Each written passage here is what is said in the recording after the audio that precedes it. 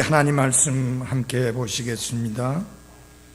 열왕기상 18장 41절입니다. 열왕기상 18장 41절입니다. 엘리야가 41절 엘리야가 아합에게 이르되 왕은 올라가서 먹고 마시소서 많은 빗소리가 있나이다 하니 이에 아합이 먹고 마시러 올라가니라. 엘리야가 갈멜산의 꼭대기로 올라가서 땅에 꿇어 엎드려 자기 얼굴을 무릎 사이에 놓고 자기 종에게 이르되 이제 올라가서 바다 쪽을 바라보라 하니 그가 올라가서 바라보고 이르되 아무것도 없나이다 하며 그가 이르되 7번 다시 가라 하니 7번째 이르러서는 그가 이르되 보소서 바다에서 사람의 손만한 작은 구름이 일어나나이다 하며 그가 이르되 올라가서 아합에게 말하기를 비에 막히지 아니하도록 왕의 병거를 준비하고 내려가소서 하라 하니라. 그동안의 구름과 바람으로 인해 하늘이 캄캄해지고 큰 비가 내리므로 아합이 병거를 타고 예스르엘로 갔는데 주의 손이 엘리야에게 임하매 그가 허리를 동이고 예스르엘로 들어가는 곳까지 아합 앞에서 달려갔더라. 아멘. 기도하겠습니다. 하나님 아버지, 이 시간 기도합니다. 하나님의 말씀을 이 부족한 종의 입술을 통해서 선포하게 하셨는데 이 말씀을 듣는 모든 분들의 마음을 하나님 준비된 마음으로 그렇게 바꾸어 주시고 마치 좋은 밭과 같아서 하나님의 말씀에 씨앗이 떨어졌을 때에 결실이 있도록 하나님의 도우심을 구합니다. 말씀을 들을 때에 믿음을 섞어서 듣게 해주시고 귀로만 듣고 흘려버리지 아니하도록 하나님의 성령님께서 이 시간 말씀을 듣는 모든 분들의 마음속에 강하게 역사해 주옵소서. 그래서 회개하고 예수 그리스도를 구원자와 주님으로 받아들여야 할 사람들이 이 시간 하나님 앞에 진정으로 회개하고 예수님을 구원자로 받아들여 구원받게 하시고 구원받은 그리스도인들이 정말 하나님 앞에서 단 한 번 주어진 기회의 삶을 살아갈 때 하나님 앞에 쓰임받을 수 있는 그런 일꾼으로 살아갈 수 있도록 하나님의 성령님께서 말씀을 듣는 모든 그리스도인들의 마음속에 강하게 역사해 주옵소서. 예수님 이름으로 기도했습니다. 아멘. 앉아주시기 바랍니다.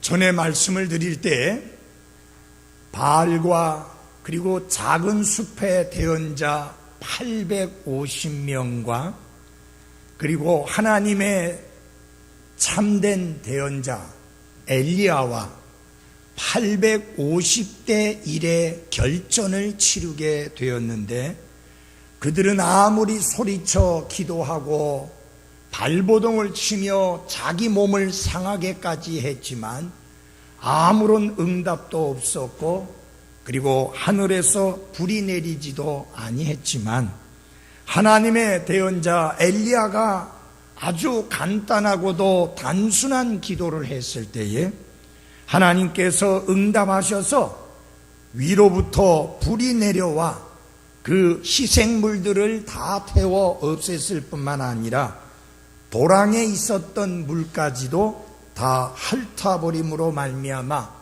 과연 주 하나님 여호와 하나님만이 참된 하나님이라고 하는 고백을 온 이스라엘 백성들이 얼굴을 땅에 대고 엎드려 고백하게 하는 그런 놀라운 승리를 거두게 됩니다. 그리고 바알의 대언자들을 한 명도 남기지 아니하고 다 죽임으로 인해서 더 이상 우상 숭배의 불씨가 타지 아니하도록 완벽하게 처리하는 마무리를 하게 되는 것이 바로 40절까지의 말씀입니다. 자, 하나님은 이스라엘에 수많은 사람들이 있었지만 그 중에서 하나님은 엘리야를 들어서 쓰셨는데 왜 하나님께서 엘리야를 들어 쓰셨으며 오늘날 하나님께서 들어 쓰시는 사람, 하나님이 쓰시는 사람은 어떤 사람인가 하는 것을 잠깐 말씀을 드리고자 합니다.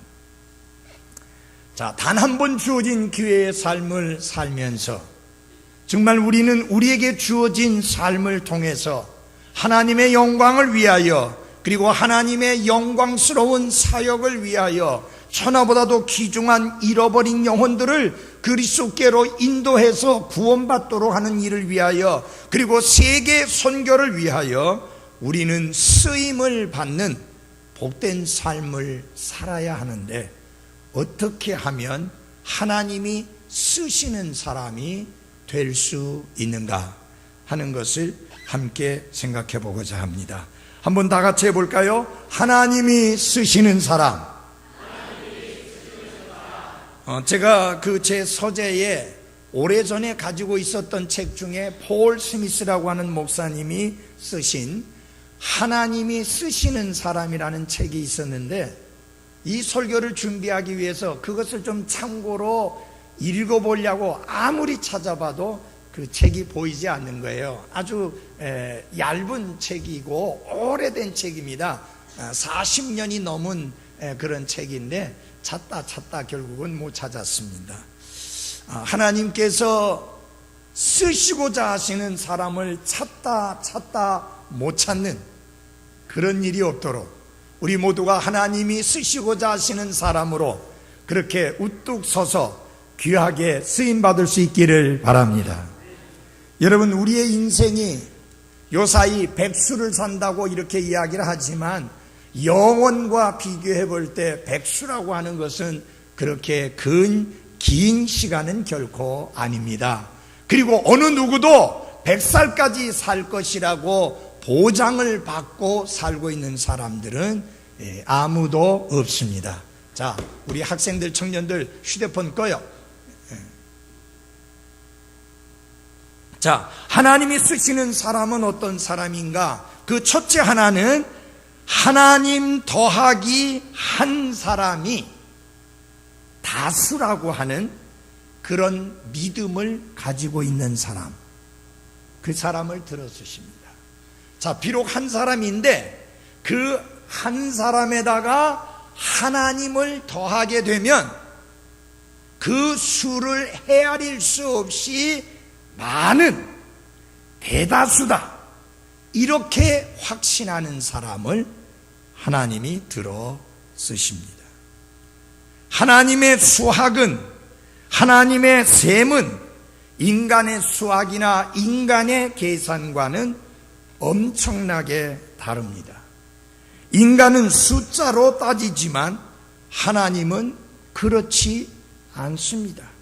그러므로 850명대 한 사람, 그것은 결코 문제가 되지 않습니다. 왜냐하면 하나님의 수학에 의하면, 하나님의 계산에 의하면 850명대 한 사람, 그 다음에 더하기 하나님, 바로 이것이 하나님의 수학이기 때문입니다. 그러므로 중요한 것은 한 사람이 아니라 그 한 사람에게 능력을 부여하시는 하나님이 중요한 것입니다. 얼마나 많은 사람이 문제가 아니라 어떤 종류의 사람인가가 문제가 되는 것이며, 우리가 무엇을 할 수 있는가가 중요한 것이 아니라 하나님은 무엇을 하실 수 있는가가 중요한 것입니다. 그러므로 우리는 숫자에 의해서 압도당하지 말고 우리의 하나님이 얼마나 크신 하나님인가에 확신을 두고 하나님이 나와 함께 하신다면 우리는 가장 많은 숫자를 확보한 군대와 같다고 하는 그런 믿음과 확신이 필요한 것입니다. 자, 여러분, 기도원을 기억하실 것입니다. 하나님께서 미디안 족속이 이스라엘을 계속 괴롭히고 있을 때에 기도원을 일으키셨고, 그 다음에 기도원을 통해서 미디안 족속들을 물리치도록 했는데, 성경을 읽어보니까 미디안 족속과 그 외에 연합군을 이룬 족속들이 얼마나 많이 몰려왔는지 성경에 보니까 메뚜기 떼와 같다고 그렇게 말씀했습니다. 그리고 그들이 이 낙타들을 몰고 왔는데 그 낙타들이 얼마나 많이 있었는지 해변에 모래와 같이 많았다라고 그렇게 말씀하고 있습니다. 그래서 하나님은 여기 기도원을 통해서 그들을 대적하여 싸울 군대를 일으키기 위해서 군대를 모병하게 됩니다. 그런데 32,000명이 모였습니다. 하나님은 뭐라고 말씀하시느냐? 지금 저기 미디안 족속들과 연합군들은 그야말로 10만 명이 넘을 뿐만 아니라 메뚜기 떼와 같이 많이 몰려왔는데도 불구하고 하나님은 32,000명이 많다는 것입니다. 그래서 좀 추려내라. 그래서 추려내니까 12,000명이 남았습니다. 그래도 하나님이 너무 많다. 또 추려내라. 그래서 또 추려냈더니 겨우 300명이 남았습니다. 자, 여러분, 왜 하나님은 32,000명을 가지고 이스라엘에게 승리를 안겨주지 아니하시고 300명을 통해서 승리를 안겨주셨을까요? 하나님의 수학을 가르쳐 주시기 위함입니다. 적군의 수가 얼마나 많든지 간에 상관없이 너희들이 가진 것에다가 하나님만 더한다면 그것은 대다수가 되는 것이요 승리하게 될 것이라는 확신을 심어주기 위함입니다. 사랑하는 그리스도인 여러분들이여, 기억하십시오. 하나님이 나와 함께 하신다면 하나님은 나를 통해서 놀랍고 위대한 일을 이루실 수 있을 뿐만 아니라 아무리 적군이 강하고 많다 할지라도 우리는 승리할 수 있다는 확신을 가져야 하는 것입니다. 하나님 말씀하셨습니다. 전쟁에 이기고 지는 것은 군대에 많고 적음에 있지 아니하다고 하나님은 분명히 말씀해 주셨습니다. 왜 엘리야를 하나님이 쓰셨습니까? 적군의 수에 상관없이 나 더하기 하나님만 있다면 나는 대다수를 확보한 것이요 능히 승리할 수 있다고 하는 확신을 가지고 있었기 때문에 하나님은 그를 들어 쓰시게 된 것입니다. 두 번째로 하나님께서 쓰시는 사람을 보면 문제를 바라보지 않고 가능성을 바라보는 사람을 하나님이 들어 쓰십니다. 엘리야는 겁을 집어먹고 너무나 많은 사람들이 지금 나를 대적하고 있습니다. 저 적들은 850명이고 나는 달랑 혼자인데 제가 무엇을 할 수 있겠습니까? 그렇게 말하는 대신에 그는 하나님께서 위대한 일을 하실 수 있도록 자기 자신을 하나님 앞에 내어드렸습니다. 여러분, 그는 문제를 바라본 사람이 아니라 가능성을 바라본 사람입니다. 하나님이 나와 함께 하신다면 저가 850명이 아니라 그보다 훨씬 더 많다 할지라도 그것은 문제가 되지 아니하고 반드시 하나님께서는 내 기도에 응답하실 것이고 이 문제를 풀어주실 것이고 해결해 주실 것이라고 하는 분명한 가능성을 바라본 그런 믿음의 사람이었기에 하나님은 그를 들어서시게 된 것입니다. 민수기 13장과 신명기 1장을 읽어보게 되면 민수기 13장은 당시에 일어났던 사건을 기록한 것이고, 신명기 1장은 모세가 다시 한번 돌이켜서 그때 사건을 상기시키는 그런 내용입니다. 그 내용은 무엇이냐면은, 이제 이스라엘이 이집트에서 노예 생활을 하다가 하나님의 능력 많으신 구원의 손길에 의하여 구원을 받고, 하나님이 약속해 주신 약속의 땅, 젖과 꿀이 흐르는 가나안 땅을 향해서 긴 여정을 하게 되었고, 마침내 이제 강만 하나 건너면 하나님이 약속해 주신 땅에 들어가게 되는 그런 상황 속에 놓이게 되었습니다. 그때에 모세는 이스라엘 백성들에게 이렇게 말했습니다. 주 내 조상들의 하나님께서 내게 말씀하신 대로 올라가서 그것을 소유하라, 그렇게 말했습니다.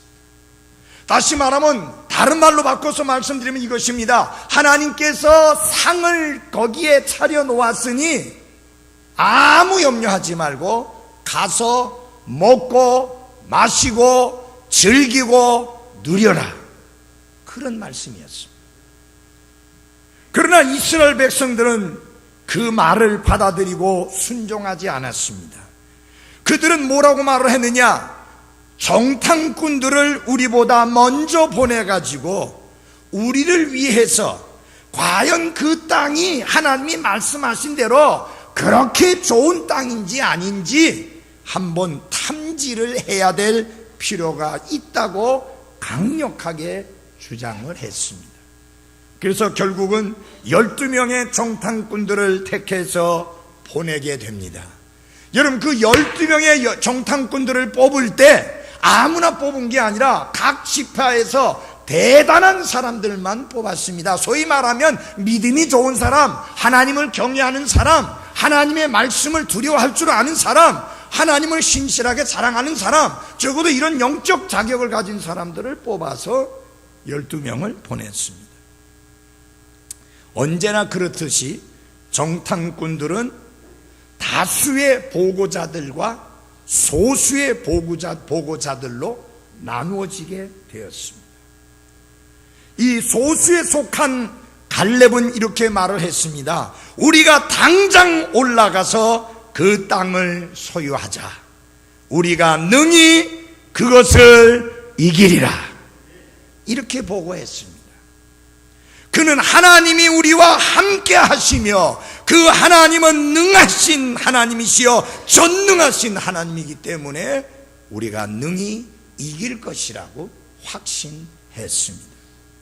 그러나 다수의 보고자들은 그렇게 보고하지 않았습니다. 그들은 이렇게 말을 했습니다. 우리가 능히 올라가서 그 백성을 치지 못하리니 그들은 우리보다 강하니라, 그렇게 말했습니다. 그리고 우리가 탐지한 땅은 그것의 거주민들을 삼키는 땅이요, 그 안에서 본 백성들은 키가 큰 사람들이며 거인들을 우리가 보았는데 우리 스스로 보기에 우리는 그들 앞에 메뚜기같이 보였다, 그렇게 말했습니다. 그들은 환경을 바라보고 그리고 장애물들만 바라보면서 그리고 문제들만 바라보면서 부정적인 보고를 했습니다.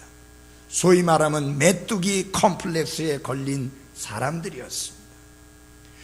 여호수아와 갈렙도 물론 거인들을 보았습니다. 그 사람들이 보았던 거인들을 보았습니다. 그러나 여러분, 그 차이점이 무엇인지 압니까? 그들은 장애물과 문제점들만 보았지 하나님이 우리와 함께 하시면 얼마나 놀라운 승리를 거둘 수 있는가 하는 가능성을 바라보지 못했던 것입니다. 그게 문제입니다. 그래서 두 사람은 하나님이 이스라엘을 명하여 올라가 그것을 소유하라고 하나님이 말씀하셨기 때문에 반드시 승리를 허락해 주실 것이라는 승리의 가능성을 바라본 것입니다. 그래서 하나님은 여호수아와 갈렙을 들어 쓰시게 된 것입니다. 여러분은 여호수아와 갈렙이라는 이름을 잘 기억합니다. 그리고 많은 사람들이, 미국 사람들은 그 아이들의 이름을 지을 때 여호수아라는 이름을 짓고 갈렙이라는 이름을 짓습니다. 스티브 밴더 선교사님은 자기 아들을 여호수아라고 지었습니다. 그 다음에 레이 크라코 선교사님은 자기 아들을 갈렙이라고 지었습니다. 그러나 여러분, 10명의 다른 정탐꾼들, 그들은 분명히 민수기서 13장 초반부에 이름이 쫙 나오고 있습니다. 그러나 누가 그들의 이름을 기억하고 있습니까? 한 사람도 그들의 이름을 기억하고 있지 못합니다. 오늘날 많은 사람들이 갈렙과 여호수아의 이름은 쉽게 기억하고 있지만 부정적인 보고를 해왔던 10사람은 누구였는지 전혀 기억하지 못합니다. 왜 하나님이 엘리야를 쓰셨어요? 문제점만 바라본 것이 아니라 가능성을 바라보았기 때문입니다. 사랑하는 여러분, 인생을 살아가면서 하나님이 주신 날들을 살아가면서 이런 문제 저런 문제, 이런 장애물 저런 장애물, 그런 것들만 바라보지 말고 그것을 넘어서서 그 문제를 해결해 주시고 장애물을 제거해 주시고 문제를 풀어주시는 하나님을 바라볼 수 있는, 그래서 가능성을 바라볼 수 있는 믿음의 사람들이 되시기를 바랍니다. 인생은 문제투성이에요. 장애물투성이에요. 우리의 경주는 그렇게 쉽고 간단한 것이 아닙니다. 얼마나 장애물들이 많은지 모릅니다. 얼마나 문제들이 많은지 모릅니다. 그러나 허구한 날 그런 문제와 그런 장애물들만 바라보면서 스스로를 위축시키면서 걱정하고 염려하면서 인생을 어둡게 살아갈 것이 아니라 하나님께서 가져다 주실 가능성을 바라보면서 살아가는 복된 성도들이 되시기를 바랍니다. 그 다음에 자신의 능력보다는 하나님께 쓰임받을 수 있다는 유용성에 초점을 맞추는 사람을 하나님은 들어 쓰십니다. 여러분이 잘할 수 없다고 느끼고 많은 능력이나 기회가 없다고 느낄지 모릅니다. 그러나 여러분 기억하십시오. 하나님께서 여러분이 하기를 원하시는 것은 모두 다 할 수 있다고 하는 사실입니다. 왜냐하면 하나님이 여러분이 그렇게 할 수 있도록, 그런 유용한 사람이 될 수 있도록 갖추어 주시기 때문입니다. 여러분, 모세가 자기는 다 갖추어진 사람이라고 생각했습니다. 자, 눈 뜨고 정신 차리고, 그렇게 생각했습니다. 그래서 자기가 나서서 해보려고 했을 때 그는 살인자가 되고 말았습니다. 그래서 그는 나는 할 수 없다 생각하고 광야로 도망가서, 사막으로 도망가서 40년 동안 양떼를 치면서 그가 배운 건 뭐냐? 그건 뭔지 아세요? I am nothing. 나는 아무것도 아니다. 그리고 아무것도 할 수 없다. 그거 배웠어요. 근데 여러분, 이상하지 않아요? 모세가 할 수 있다고 할 때는 하나님이 거들떠 보지도 아니하고 쓰지도 않으셨는데, 모세가 아무것도 아니고 아무것도 할 수 없다고 하니까 계속해서 모세에게 사명을 맡깁니다. 아이고 하나님, 나는 말이 어둔합니다. 야, 아론이 있으니까 그를 대변인으로 세면 돼. 뺀돌뺀돌 하면서 계속 할 수 없다라고 했는데, 하나님은 여러분 계속해서 그에게 사명을 맡깁니다. 왠지 아세요? 나는 할 수 없지만은 내게 능력 주시는 그분으로 말미암아는 할 수 있기 때문에 그런 것입니다. 그래서 여러분, 중요한 것은 잘 보십시오. 만약 여러분이 능력이 있고 잘할 수 있다라고 그렇게 생각을 한다면 여러분은 교만하게 될 뿐만 아니라 하나님께서 여러분을 들어 쓰실 수가 없습니다. 또한 여러분이 능력의 부족함에 초점을 맞추게 된다면 여러분은 부정적인 사람이 되어서 또 역시 여러분들을 하나님이 쓰실 수가 없습니다. 그러면 어떻게 돼야 되느냐?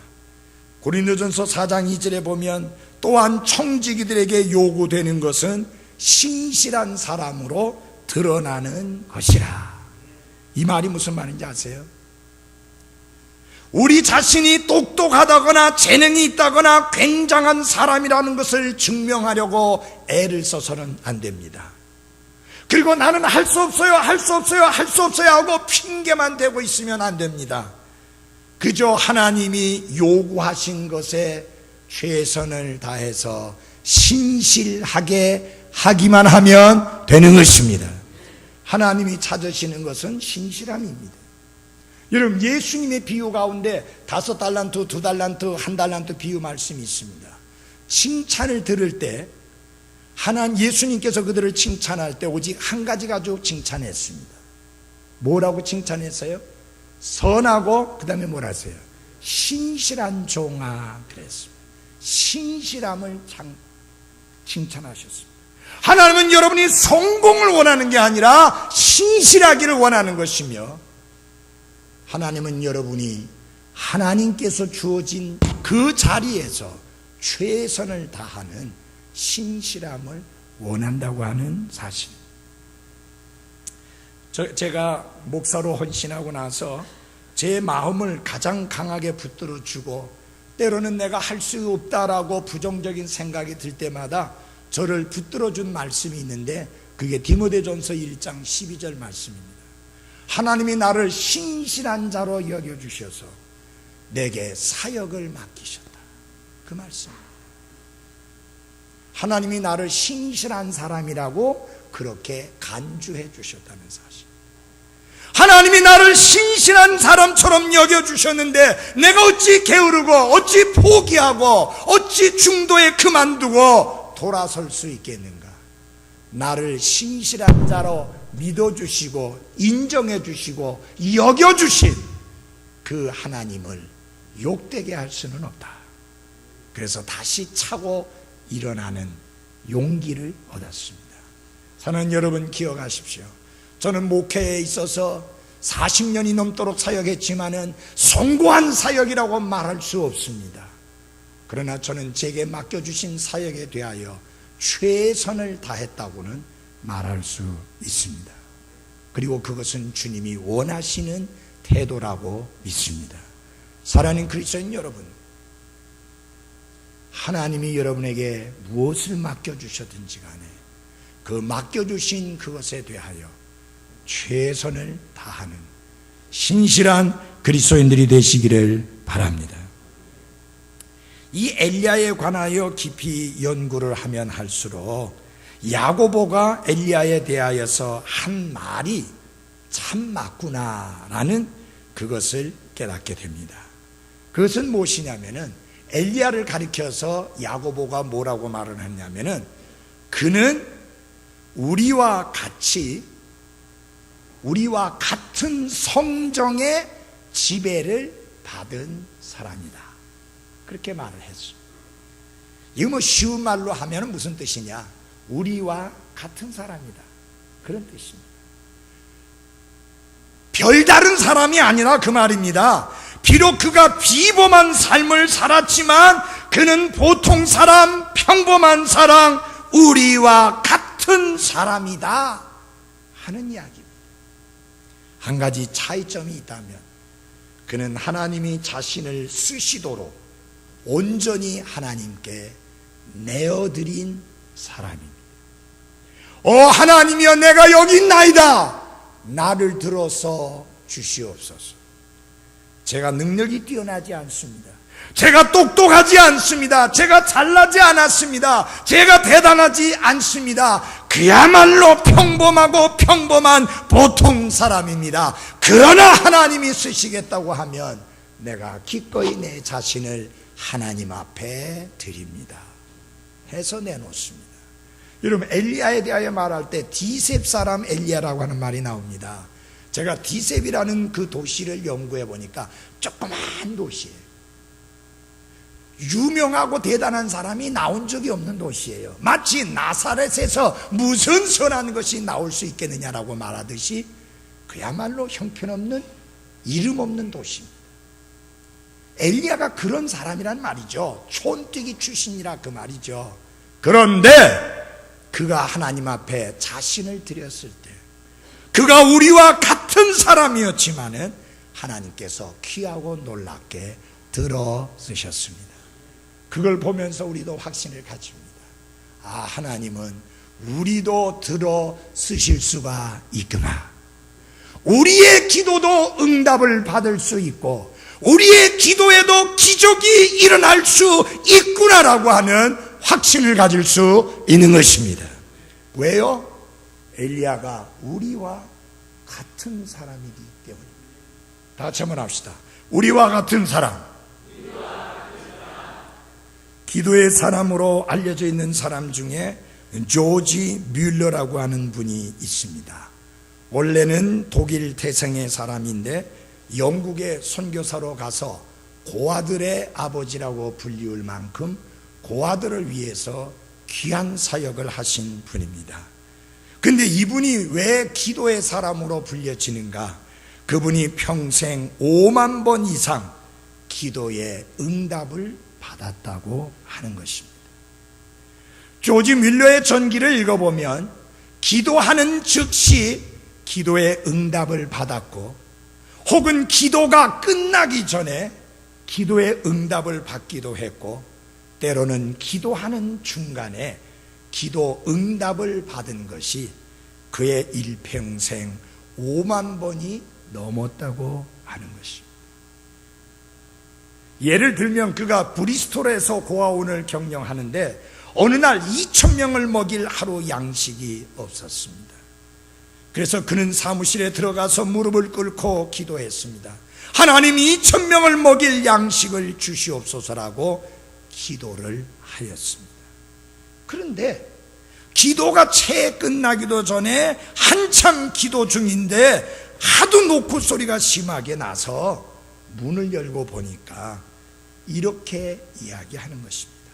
원장님, 빵 공장이 지금 문을 닫았는데 재고를 정리할 길이 없어서 빵을 어디다 버릴까 고민하다가 트럭에 가득 싣고 지나가던 중에 우리 고아원을 발견하고 우리 마당에 쏟아 놓겠다고 하는데 받아도 될까요? 라고 그렇게 말했습니다. 사랑하는 여러분, 그는 2,000명이 넘는 고아를 데리고 고아원을 운영하면서도 한 번도 하루 이상의 양식을 쌓아놓고 고아원을 운영한 적이 없을 정도입니다. 60년 가까이 사역하는 동안에 5만 번 이상 응답을 받았으니 1년에 1,000번 가까이 응답을 받았다는 결론이 나옵니다. 그는 참으로 교회사에 길이 남을 만한 기도의 사람이었고 우리의 존경을 받을 만한 신앙의 선배입니다. 우리가 기도 생활을 위해서 본을 선택하려고 한다면 아마 엘리야를 선택하는 일을 주저하게 될 것입니다. 왜냐하면 엘리야는 하나님의 능력 있는 대언자였지만 우리는 그렇지 않다. 그는 기적도 일으킨 사람이었지만 그러나 우리는 분명히 그런 사람이 아니다 라고 이렇게 생각하기가 쉽습니다. 그러나 여러분, 조금 전에 말씀드린 대로 야고보는 그를 그렇게 설명하지 않습니다. 야고보는 엘리야를 가리켜 우리와 같이 동일한 성정의 지배를 받은 사람이다. 우리와 같은 성질과 심정을 가지고 있는 사람이었고 우리와 똑같이 타고난 본성의 지배를 받은 사람이었다. 그렇게 성경은 말씀하고 있습니다. 그는 우리처럼 문제거리들과 당혹스러움과 의심과 실망과 두려움과 좌절을 겪었던 사람입니다. 그러나 그가 우리와 다른 점이 있습니다. 그는 기도하는 기도의 사람이었다고 하는 것입니다. 아무도 살아계시고 참되신 하나님께 기도하지 않을 때 그는 살아계시고 참되신 하나님께 무릎 꿇고 기도했습니다. 크고 작은 모든 문제들을 가지고 그는 하나님께 구체적으로 기도했던 바로 그런 사람이었습니다. 그러므로 여러분, 그분이 우리와 똑같은 사람으로서 그렇게 기도해서 응답을 받았다면 우리 또한 기도를 통해서 응답을 받을 수 있는 엘리야와 같은 삶을 살 수 있다라고 하는 확신을 가지고 기도에 더 매진하는 나와 여러분이 될 수 있기를 바랍니다. 어떤 사람들은 이 열왕기상 18장 41절에서 46절까지의 말씀 속에 기도라는 단어가 한 번도 나오지 않았으니까 엘리야가 기도를 했다고 하는 것은 그건 맞지 않는다, 그렇게 이야기하는 사람도 있습니다. 사실 기도라는 단어는 하나도 안 나와요. 근데 여러분, 성경은 성경과 비교해서 그 답을 찾는 게 옳습니다. 똑같은 내용을 야고보 선생은 뭐라고 말을 했는지 우리 다같이 야고보서 5장을 찾아주시기 바랍니다. 야고보서 5장입니다.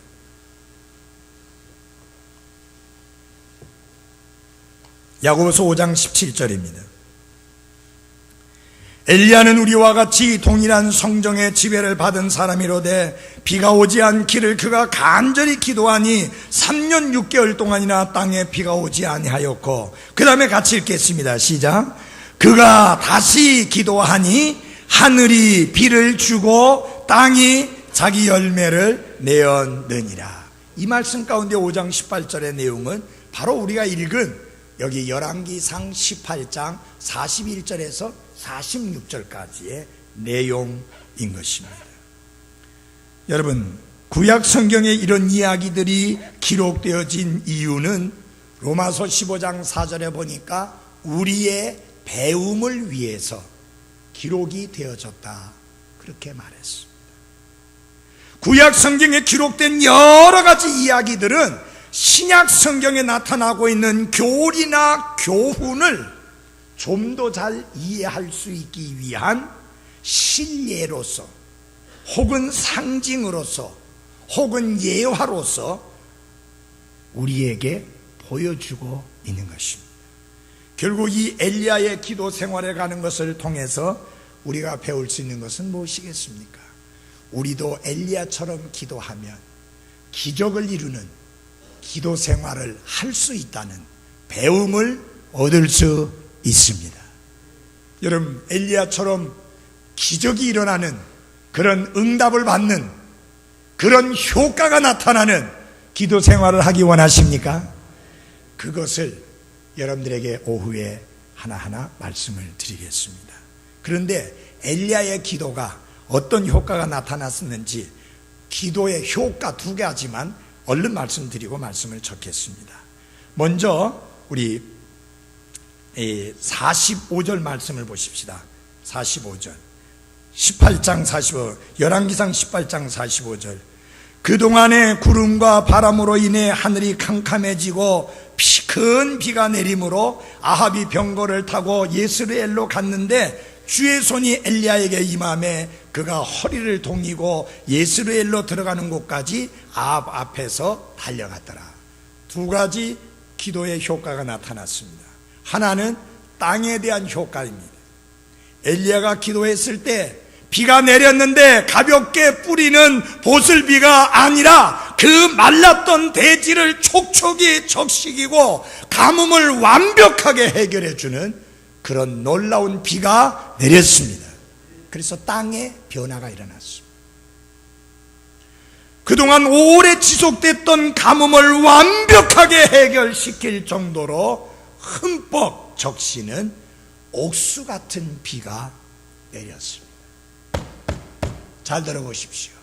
가뭄의 기간이 얼마나 계속되었든지 간에 상관없이 하나님이 기도에 응답하시니 단번에 그 효과가 나타나서 단숨에 문제가 해결되어졌습니다. 혹시 여러분의 삶 속에 오랫동안 지속되었던 문제가 있습니까? 기도하십시오. 단숨에 해결되어질 수 있습니다. 여러분이 가진 문제가 이렇게 심각합니까?